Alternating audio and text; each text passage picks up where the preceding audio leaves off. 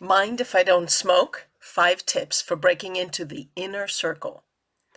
I'm not a smoker, but I did join colleagues for their smoke breaks. I don't eat fast food, but I did go to Taco Bell for lunch with the guys in my MBA program. Since moving to the United States in 1984, I've been in all sorts of situations where I was the outsider. Depending on where you are in your career, you may have missed out on social events where informal business often takes place.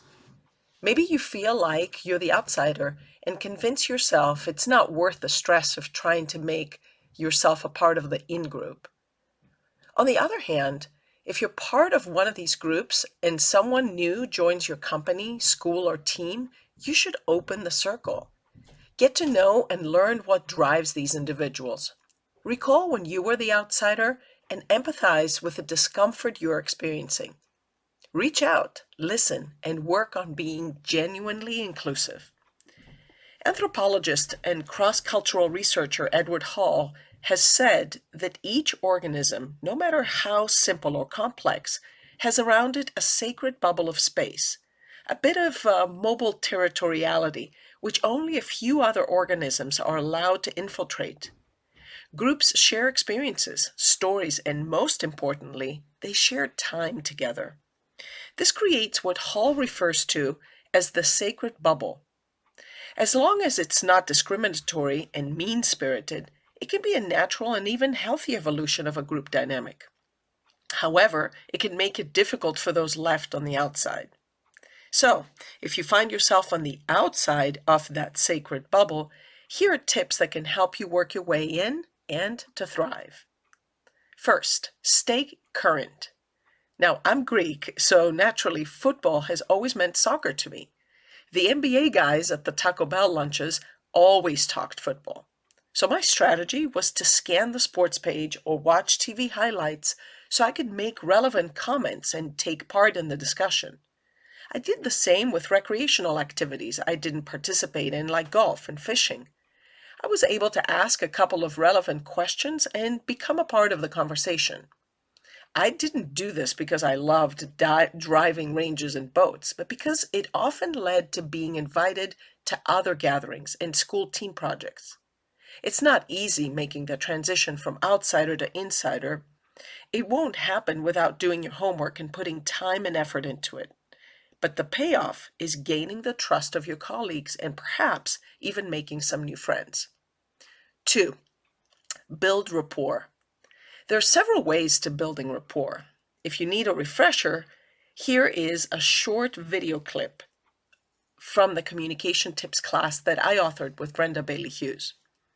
When on the outside of the circle, you're likely to invest more into rapport by design. It involves asking open-ended questions to help gain information about the other person and identify shared interests and perspectives. Building rapport is a very helpful skill for helping you to widen your networking circle, but it's not necessarily a quick learn. You'll need to decide whether the potential payoffs are worth the time and energy needed to invest in acquiring the skill. Number 3, speak up. A memorable first meeting conversation with a tech executive revealed that he felt executive excluded in weekly virtual meetings. He felt like a total outsider and was never invited to any of the insider conversations. When I asked him to describe how he participated in meetings, he admitted being physically present but not engaged. He came up with a strategy for him to speak at least 3 times during each meeting. He prepared by reviewing potential discussions and made it a point to comment, paraphrase, and ask follow-up questions, or by linking to topics that move the conversation forward. He ended up being so successful that a senior executive praised his contributions and emerging leadership role in those meetings. Number 4, provide value. When new people join an established group, they need to be brought up to speed. But there's an extra twist to this in fields such as education. The materials that I've poured my heart and soul into creating for the courses I teach are part of my intellectual property. I'm not simply going to hand them over to another colleague who wants them to teach the same course. I need to know what they'll be used for only as a guide or for inspiration. If you need help or guidance requesting intellectual material from a colleague, remember to keep this in mind. Consider something of value you might offer in exchange, or what you can do in return, even if unrelated grunt work.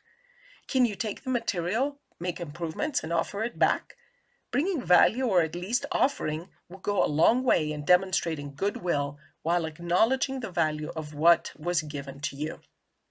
Finally, number 5, commit consistently. I saw this play out in my running group. If you belong to a tightly knit group like runners, cyclists, and even poker players, then you know how tough it is for outsiders to join in. It helps if you have a referral, a mutual friend who also is part of the group and makes the introductions. Now, Whitney was a runner new to town who wanted to train with our group, but her referral didn't even exercise and barely knew us. Whitney's winning strategy was consistency. After telling her when and where we started our runs, she was there every single morning at 6 a.m.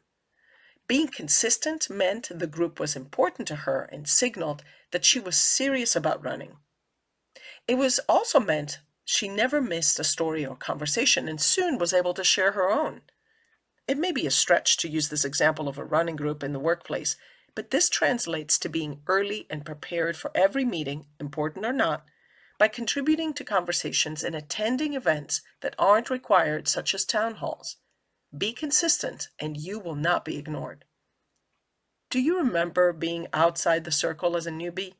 Don't forget how uncomfortable it can be and remember to let others in.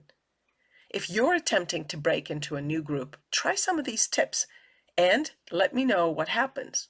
Finally, think of 3 friends who have entered new environments and share this newsletter with them. Thanks for listening.